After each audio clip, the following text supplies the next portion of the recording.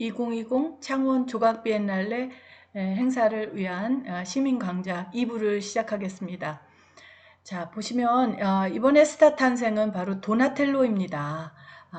이 사진을 한번 보시면 여러분들 피렌체에는 많이 다녀오셨을 것이라고 생각을 하고, 또 안 가신 분들은 꼭 가보시기를 권합니다. 자, 여기 보이면 이 피렌체 대성당은 이 돔이 굉장히 유명하죠. 이 돔의 지름이 45m라고 합니다. 그런데 이 돔을 건축한 건축가가 바로 브루넬레스키고요. 그 다음에 도나텔로가 여기에 있는 이제 그 대성당 종탑에 그 조각들을 좀 많이 했죠. 그래서 이 두 사람이 조각과 그 건축에서 르네상스를 이끌어낸 탄생시킨 선구자라고 할 수 있습니다. 자, 이 사람들이 둘이서 1402년과 1404년, 그러니까 뭐라 그럴까요? 아주 20대 요때쯤 되는 건가요? 아주 어렸을 때 둘이서 함께 로마를 여행했습니다. 로마는 한 번도 잊혀진 적이 없다고 그랬죠. 그리고 르네상스는 결국 로마의 재탄생이라고 할 수 있잖아요. 르네상스가 이태리 말로는 리나시멘토라고 하는데 재탄생이란 뜻입니다. 그러니까 바로 정신적으로나 예술에 있어서나 문학에 있어서나 철학에 있어서나 고대의 재발견, 재탄생이라고 할 수 있는데, 이 두 작가, 선구자도 바로 고대 로마를 여행하면서 거기서 너무나 많은 것들을 얻어내고, 그래서 건축도 할 수 있었고 조각도 할 수 있었고 새로운 것을 이제 재탄생시킨 것이죠. 자, 도나텔로는 1404년하고 7년 사이에 기베르티 공방에서 일을 시작했습니다. 그 당시 예술가들은 이제 아직 학교가 정립되기 이전이어서, 아카데미가 나오기 이전이어서 대가의 공방, 보떼가라고 부릅니다. 보떼가 베네타라고 하는 유명 명품도 있죠. 그 보떼가가 바로 공방이란 뜻이죠. 자, 그래서 그 공방에서, 기베르티 공방에서 작업을 했는데, 그것은 왜 중요하냐면 청동 조각을 배울 수 있었어요. 그 당시에 청동 주조법이 베네치아에서는 좀 가능했고, 비잔틴 쪽에서는 그게 그 기술이 로마인들이 가졌던 그 놀라운 청동 주조법이 있었는데, 이것이 이쪽에서는 이렇게 전해지지가 거의 않았던 것 같아요. 이탈리아 쪽에서는. 그래서 그 청동 기법을 마침 알게 된 그 기베르티 공방에서 이제 일을 시작하면서 바로 이제 그 청동이라는 그 재료를 배우게 된 것이죠. 조각가는 재료가 굉장히 중요하지 않습니까? 무엇으로 조각을 하느냐. 자, 뭐 이거 보시면 대성당 앞에 있는 세례당인데요. 이거 인터넷에서 퍼온 사진입니다. 보시면 수많은 사람들이, 여기는 항상 이거 뭐 설명 듣고 뭐 가이드들이 뭐 난리를, 항상 여기 중요한 곳이죠. 여기 문이 세 개가 있어요. 이렇게 문이 세 개가 있는데, 그 중에 하나 기베르티의 천국의 문이라고 미켈란젤로가 별명을 붙여준 문인데요. 여기 이렇게 청동문으로 되어 있습니다. 기베르티가, 요거는 이제 아까 그거는 모조품이고 복제품이고, 원작은 대성당 피렌체 대성당 부속 박물관에 지금 이 사진처럼 보존이 되어 있고 전시가 되어 있습니다. 이렇게 피렌체에서 청동문을 만들기 위해서, 아까 그 세례당의 청동문을 만들기 위해서 이렇게 청동 기술이 필요했어요. 그래서 그 이전에 1300년대 안드레아 피사노라는 고딕 조각가가 이 청동 기법을 베네치아로부터 배워서 이제 피렌체에서 자체적으로 청동 조각을 할 수 있는 길이 열린 것입니다. 도나텔로로서는 뭐 굉장히 중요한 그런 기법을 배우는 계기가 된 거죠. 그런데 이제 보시면, 여기 보면 이게 다 기베르티가 만든 작품인데, 연대를 보시면요. 처음에는 이 작품을 했고 그 다음에 이 작품을 했거든요. 근데 1403년에 시작해서 24년까지 했어요. 20년 작업했습니다. 그 다음에 이거 끝나고 나니까 또 이거를 만들으라고 주문이 들어와서 25년부터 52년까지니까 27년 동안 작업을 했어요. 그러니까 20년에 27년이면 거의 50년의 삶을 이 사람은 이 청동조각 문 두 곳을 한 겁니다. 물론 그 사이에 뭐 다른 조각 작품도 조금 하긴 했지만, 평생을 이 조각 두 개를 하면서 바쳤는데 그로 인해서 아까 그 수많은 관중들이 그 이제 거기에 몰려서 관광지가 되었듯이 바로 이렇게 뭐 유명한 작품을 남기게 된 거죠. 그러니까 글쎄 한우물을 파는 것도 또 좋은 방법이 될 수도 있는지 잘 모르겠습니다. 자, 이 사람이 이렇게 청동문을 조각을 하게 된 것은 이건 굉장히 유명한 거여서 여러분들도 뭐 이미 알고 있으리라 생각을 하는데 이 청동문을 만들기 위한 조각가를 콩쿨로 뽑았어요. 그러니까 이런 이제 공모전인 거죠. 여기서 주최 측에서 이렇게 주제를 줬습니다. 이삭이 아버지 아브라함에게 이제 희생 제물로 바쳐지는 그런 주제를 줬어요. 근데 이 작품을 보면 서로 약간 경향이 틀립니다. 이 기베르티의 작품이 오른쪽에 있는 거고 이 브루넬레스키는 아까 그 대성당의 도움을 제작한 그 건축가죠. 그리고 브루넬레스키는 뭐가 또 유명하냐면 원근법, 투시도법을 발명했어요. 그래서 그 당시 회화에 엄청난 영향을 미쳤기 때문에 회화뿐만 아니라 조각에도 그래서 굉장히 중요한 인물이죠.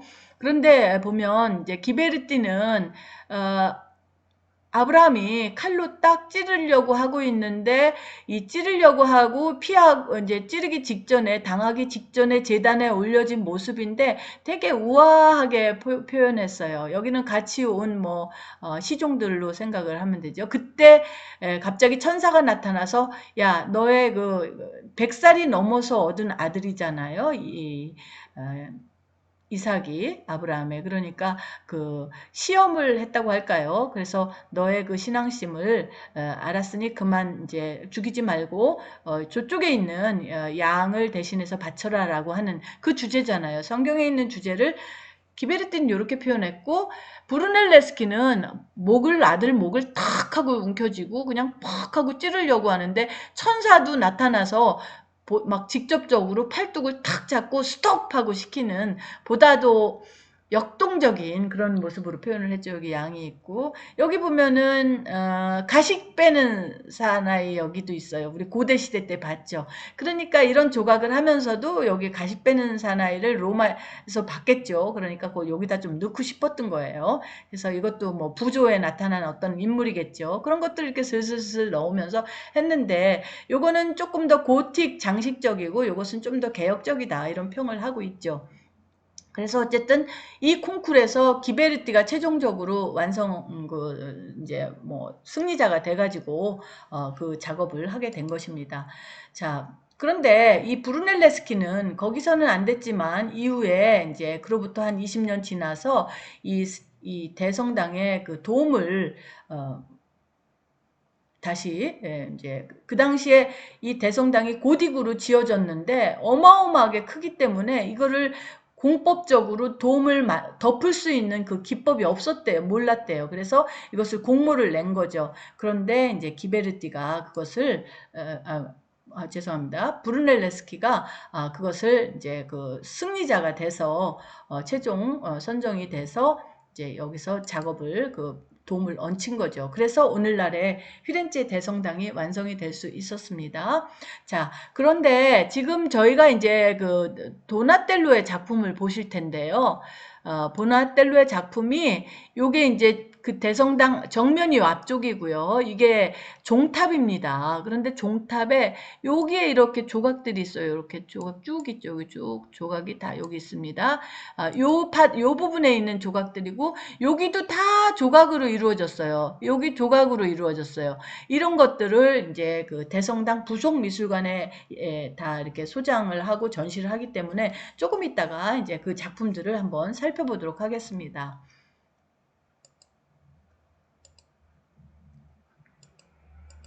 자, 여기 이런 데도 굉장히 이런 조각들이 많이 있죠. 자, 그래서 조각들이 이렇게 있고 그런데 보면 여기만 해도 조각들이 이제 이건 한참 더 지나서 했는데도 이렇게 벽감 안에 다 넣었죠. 근데 아까 시에나의 조반니 피사노는 조각을 벽감에서 빼서 그냥 세운 것도 있으니까 확실히 조반니 피사노가 아주 개혁적인 그런 사고를 조각에 대해서는 그런 사고를 가졌던 것은 분명한 것 같아요. 제가 이 사진을 왜 보여드리냐면 바로 이 대성당 옆에 이렇게 이게 있다 하는 것을 보여드리기 위해서 사진을 보였습니다. 자, 이것은 이제 한번 제가 아주 어디 올라가는 걸 싫어하는데 한번 올라가 봤어요. 올라갔더니 이제 대성당 도움을 올라가는 거죠. 그랬더니 정말 경의를 표했습니다. 자, 여기 보시면 이제 여기 이게 45m 되는데 브루넬레스키가 어떻게 공법을 해결을 했냐면 이 바깥 부분과 이 안쪽을 사이를 띄우는 겁니다. 이렇게 사이를 띄워요. 그래가지고 그 안쪽에서는 좀 더 이제 작아진 거죠. 거기를 다 이렇게 건축물로 튼튼하게 다 돌아갈 수 있게 올라갈 수 있게 만들었어요. 그래서 이제 이 돔이 만들어진 건데 그 사이를 지금 이렇게 관광객들에게 오픈해서 걸어갈 수 있는데 어떤 데는 아주 좁아서 한 사람이 어떨 때는 이 사람이 내려오기를 기다리는 곳도 있고 아주 겨우 이렇게 벽에 붙어서 서로가 지나쳐야 되는 곳도 있는데 보시다시피 엄청난 이게 다 돌로 만들어졌는데 저는 이걸 보고 굉장히 놀랐습니다. 돌들 하나를 이렇게 이거에 달린 이거를 여기다 끼고 요거에 달린 요거 끼고 이거를 하나씩 끼워서 이게 기둥이 만들어지는 형태니까 세상에 어떻게 이렇게 탄탄한 그것을 할 수 있는지 이집트의 피라미드 가 그렇게 아주 굉장한 건축물이잖아요. 실제로 그 안에도 이렇게 보면 근데 모든 대성당들이 이런 식으로 정말 정교하게 만들어졌고 하나의 오차도 생기지 않아야 되는 것 같아요. 오차가 생기면 자꾸 기울어서 나중에 붕괴될 수도 있으니까요. 그래서 거기를 올라가면 바로 이 대성당 도움에 있는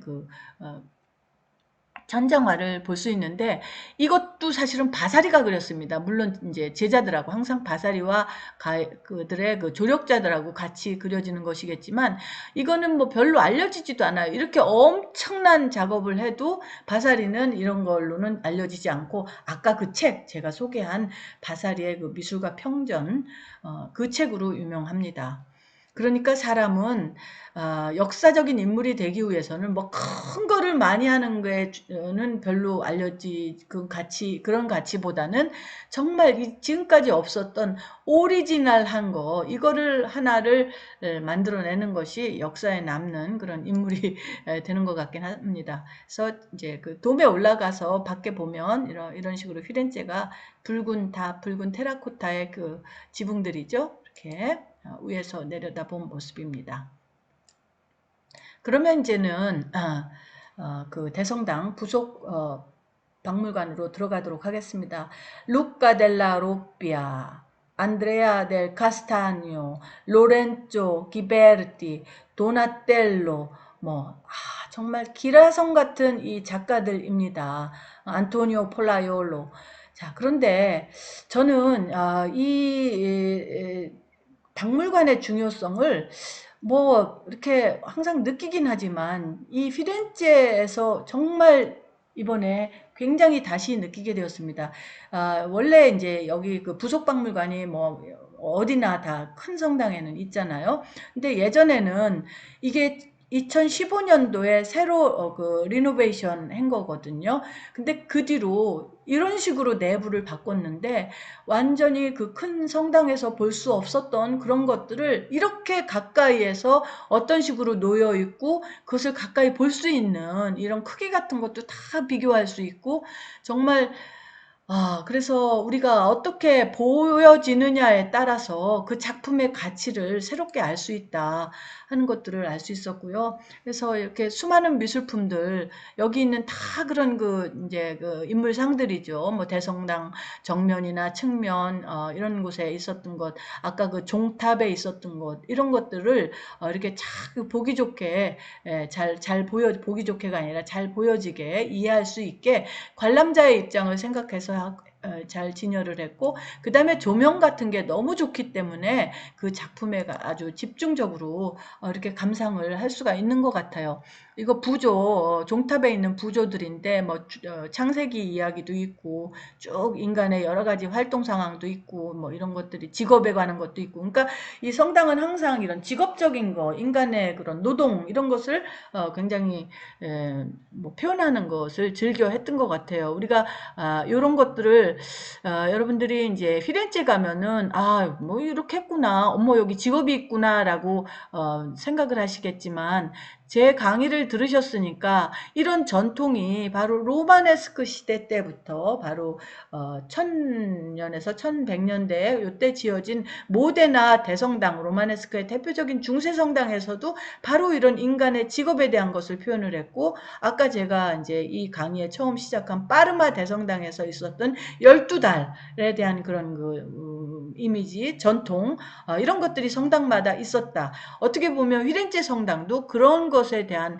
그래서 기왕에 표현을 해도 인간의 노동 같은 것을 굉장히 이제 강조해서 이렇게 표현해주고 있는 것을 볼 수 있습니다.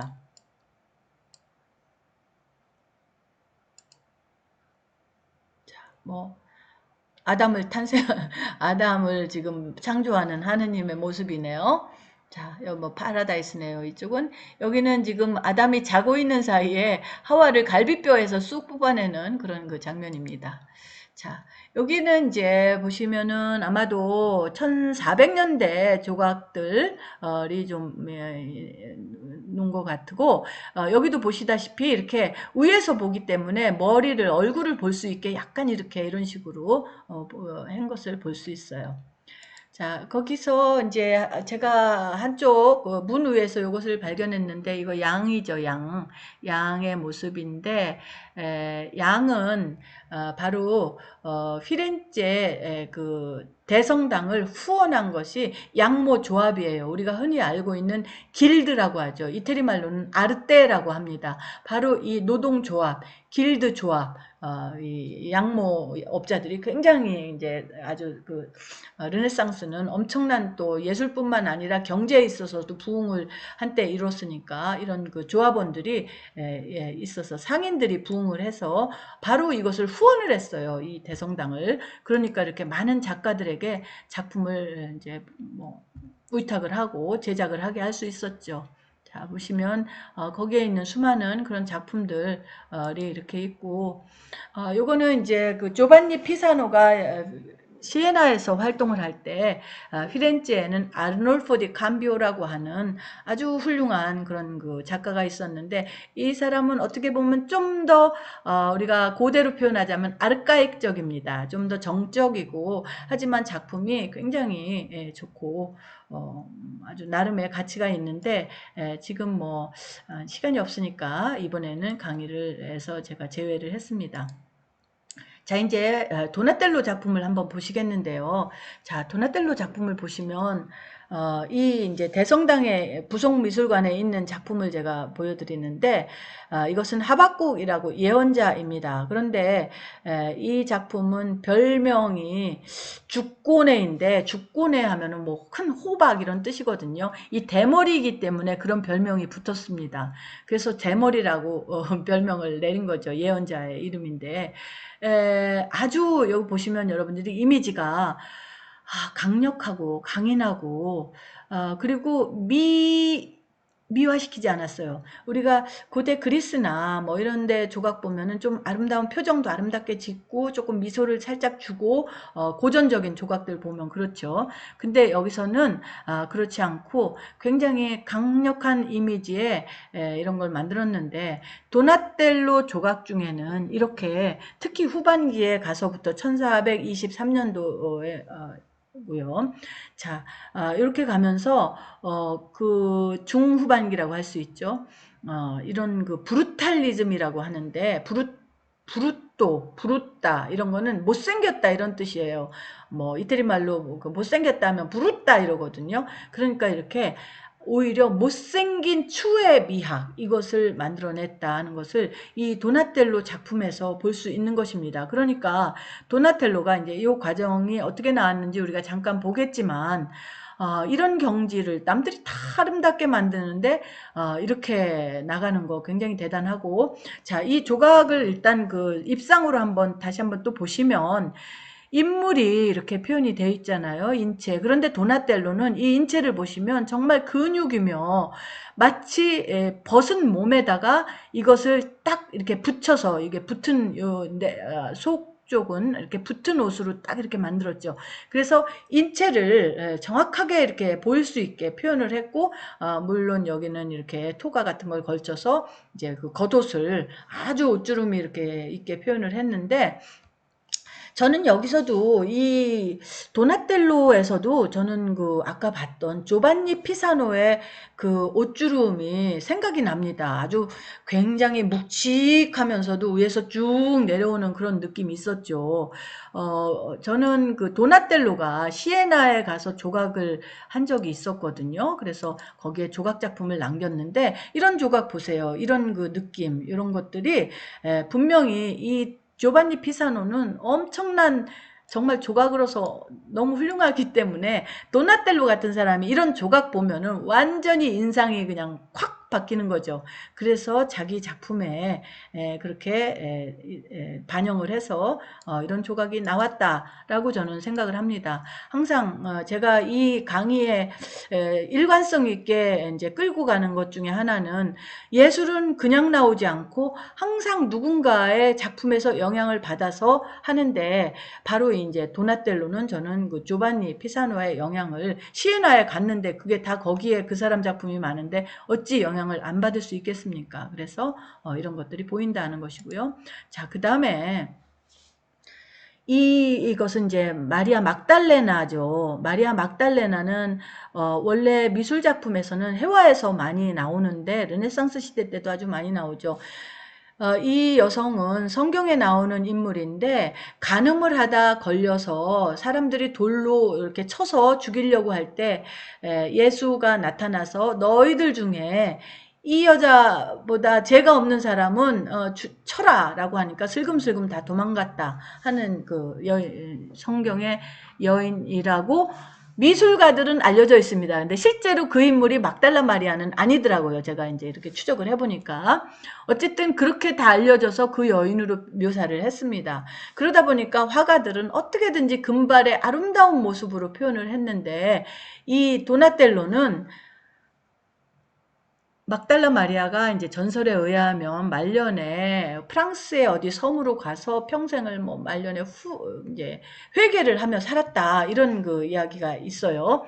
그러다 보니까 그 아름다운 모습이 아니라 완전히 그냥 해골, 피골이 상접하고, 그 다음에 막달라 마리아는 그 상징이 긴 머리카락이거든요. 여기서도 긴 머리카락으로 표현을 했는데, 동물 가죽을 털옷을 입어서 거의 뭐 그냥 원시인처럼 살아나가는 거죠. 동굴에서 외모를 전혀 가꾸지 않고. 그러다 보니까 이 동물의 이 가죽 이 털옷하고 이 머리카락하고 섞여서 무엇이 동물인지 옷인지 무엇이 머리카락인지 알 수 없을 정도로 이렇게 그려놨습니다. 그러니까 저는 이게 정말 그 추의 미학의 극치다라고 생각을 하고요. 정말 이 작품을 보면서 예전에도 이 박물관이 이제 예전에 그 리노베이션 하기 전에 가서 보면은 있었어요. 그런데 이렇게까지 인상을 못 받았는데, 이번에 다시 이렇게 재건축하고 나서 가서 보니까 그 조명이며 그 위치며 이런 것들이 정말 너무나 대단합니다. 그래서 깊이 이 작품에 빠질 수가 있었고 그 다음에 이 작품의 가치를 더 느낄 수가 있는 것이죠. 이 깡마른 모습 이런 거 그러니까 도나텔로가 리얼리즘의 극치죠. 그러면서도 미화시키지 않은 그런 추의 오히려 추의 미학이라고 할까요? 그런 것을 만들어낸 면에서 너무나 중요하고 미켈란젤로가 얼마나 이 도나텔로 이런 작품을 본 사람이 그러니까 고수는 고수를 알아보잖아요. 이걸 보고서 또 무엇을 생각하고 무엇을 만들어냈겠습니까? 미켈란젤로에게 엄청난 영향을 미치죠. 자, 박물관에서는 디스플레이도 굉장히 중요하다고 생각하는데 자, 여기서 보시면요. 요 작품이 있는 곳에 바로 요쪽에 문이 있어요. 요렇게 요 앞모습에서 바로 요게 문이 있는데 여기에 무슨 작품이 있냐면 바로 미켈란젤로의 이 작품이 있습니다. 딱 도나텔로 작품이 여기 서 있는 거죠. 그리고 탁 이게 미켈란젤로 작품이 있어요. 마지막 피에타 작품이죠. 그래서 이 디스플레이도 바로 도나텔로가 있었기 때문에 미켈란젤로가 있었다 하는 것을 이 큐레이터가 시각적으로 관람객에게 자연스럽게 보여줄 수 있도록 이렇게 배려를 한 것이라고 생각을 합니다. 여기 이제 이렇게 이제 요즘은 정말 그 스마트폰 좋아서 이렇게 그 가까이 찍으면 아주 섬세하게 잘 나와서 너무 좋습니다. 자, 이런 피에타 작품인데 이거는 이따가 이제 미켈란젤로 편에서 다시 설명을 하도록 하겠습니다. 그래서 이 이제 부속 박물관에 가면 도나텔로의 작품들이 정말 하이라이트라고 할 수 있어요. 참 좋은데 이것은 이제 두 작품인데 대성당에 원래 있었던 성가대원들이 노래를 부르는 성가대라고 합니다. 자, 요거 하나는 도나텔로 작품이고요. 이것은 똑같이 좌우대칭으로 하나는 이쪽 편에 하나는 이쪽 편에 이렇게 놨는데 이것은 루카 델라 로피아라고 하는 당대 최고의 둘이서 양대 산맥이었어요. 피렌체 르네상스의 양대 산맥. 그런데 딱 봐도 이제 여러분들이 이제 느끼시기에 차이가 좀 있죠. 서로 스타일을 달리했습니다. 도나텔로는 이 부조를 한 거는 같은데 도나텔로는 여기에다가 통으로 넣고 이 액자 이런 뭐랄까 작은 기둥 액자처럼 된 작은 기둥을 여기다 세워서 분류는 했지만 통으로 보이게 했죠. 그래서 뭔가 하나의 그런 통일성 있는 것으로 표현을 했고요. 애들이 막 노래하고 춤추고 성가대석이니까 그렇게 그런 이미지를 넣었습니다. 물론 여기에는 아주 엄청난 그런 고대 모티브들이 있죠. 장식 모티브들로 정성껏 정말 조각이라는 것은 만드는 것. 그래서 이념도 중요하고 개념도 중요하지만 인간의 정말 신성한 노동의 산물이라는 거. 요즘 조각가들도 다 마찬가지 아닙니까? 조각하시는 분들 뭐 추상미술을 하든 구상미술을 하든 모든 것을 다 몸으로 만들어야 되니까 그 노고가 보통이 아니죠. 자, 루카 델라 로피아는 이렇게 하나씩 마치 액자처럼 부조를 이렇게 따로따로 분리를 시켰습니다. 사실 이것은 중세 방식이에요. 르네상스 원근법이 생겨나면서 모든 그 장면이 하나의 통으로 이렇게 보여지는 경향이 있었는데 도나텔로는 그것을 부조로도 이렇게 표현을 했고 이제 루카 델라 로피아는 약간 고전적인 중세 방식을 고수했다고 봐도 되겠습니다. 자, 이것은 밑에 부분을 찍었는데 와 정말 또 이렇게 이제 밑에에서 찍었는데 아우 애들이 정말 자유자재로 이렇게 공간에서 움직일 수 있다는 거. 그러니까 부조가 지금까지는 조각이라는 게 딱 서 있었잖아요. 근데 도나텔로는 이렇게 움직임을 표현할 수 있다. 공간에서 자유자재로 움직일 수 있다 하는 것을 보여주고 있고요. 자, 여기는 밑에 보시면 밑에를 찍으니까 정말 보이지 않던 게 사진으로 오히려 보였습니다. 이런 여러 가지 이런 모티브들, 이런 막, 이거 대리석 상감인 것 같아요. 이런 식으로 해서, 작품을 했고, 여기는 이제 루카델라 로피아도 이런 식으로 장식을 했습니다. 자, 루카델라 로피아가 굉장히 업적을 낸 것 중에 하나가 바로, 이렇게, 테라코타를 구워서 이렇게 안료를 발라서 굽는 이 방식이 갑자기 제가 이게 이름이 생각이 안 나네요.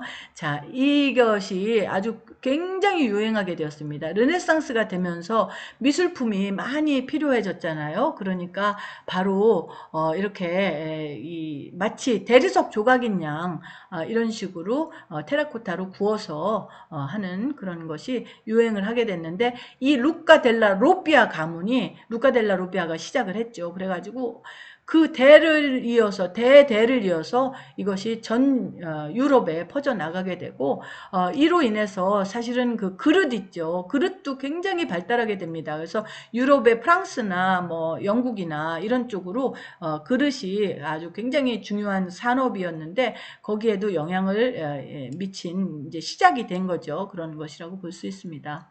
자, 보시면 이제 도나텔로의 그 작품을 몇 개를 좀 한번 제가 비교해서 초기 작품하고 특징을, 이제 중요한 것은 제가 드릴 말씀은 다 드렸고요. 자, 이게 도나텔로의 거의 첫 작품인데요.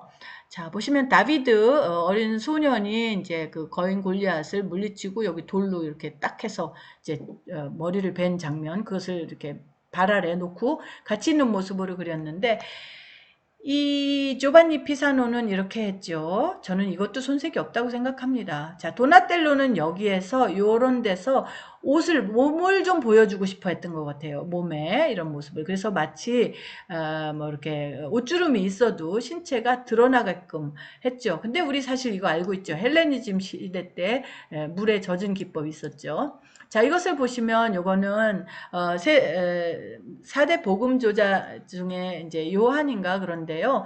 미켈란젤로 오른쪽은 모세잖아요. 미켈란젤로의 모세도 바로 이런 도나텔로의 작품에서 영향을 받았다는 것을 제가 말씀을 드리고 싶고요. 그 다음에 이제 요거는 다비드입니다. 다비드인데, 자, 다비드가 요거는 아직은 약간 좀 아름답게 청동으로 이렇게, 아직은 청동을 굉장히 좀 이렇게 조심스럽게 한번 제작을 해본 것 같고, 미켈란젤로는 완전히 다르죠. 이거는 하나의 조각이라고 본다면 미켈란젤로는 조각의 그 기법을 통한 인간의 모습이라는 생각이 좀 들고요. 그 다음에 이제 가장 중요한 것은 이것입니다. 도나텔로가 성 게오르기우스라는 것을 이제 만들었는데, 이게 완전히 발을 딱 디디고 서 있는 조각의 독립성에서 굉장히 언급이 되는 작품이거든요. 그래서 이 게오르기우스는 군인입니다. 로마 시대 때 군인이었는데, 군인이 방패와 이런 것을 딱 들고서 멀리를 쫙 보고 있는 모습 있죠.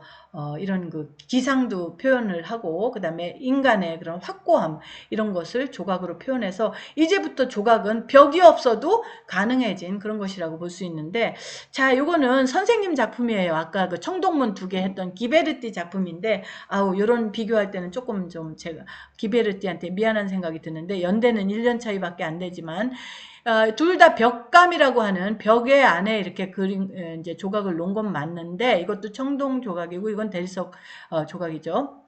그런데 이 옷주름 보세요. 이 기베르티는 완전히 이 고딕은 아주 그 장식적인 그 조각을 했거든요. 근데 요바니 피사노는 그렇게 장식적이지 않은 아주 그 조각의 본색을 잘 보이게 하는 그런 그 강인한 그런 그 모습을 옷주름을 통해서도 보여줬는데, 보통은 이렇게 한 거예요. 이렇게 상식적으로 이렇게 표현을 했어요. 그래서 이거는 그 당시 유행했던 풍인데, 도나텔로는 완전히 새로운 개념을 이렇게 보였다는 것이고, 또 하나 도나텔로가 중요한 것은 이렇게 부조를 만들었다는 것이죠. 저부조 기법을, 이것도 물론 도나텔로가 새롭게 한 것은 아무것도 없다고 봐도 됩니다. 다 로마 시대 때 얼마나 많은 부조가 있어요. 거기에서 영향을 받아서 이렇게 새로운 부조를 만들었고요. 그 다음에 하나 더 도나텔로의 영향으로 중요한 것은 기마상을 만든 것입니다. 도나텔로 고대 로마 시대 때 이제 마르쿠스 아우렐리우스 황제의 기마상이 로마의 깜피돌리오 광장의 언덕에 가면 있죠.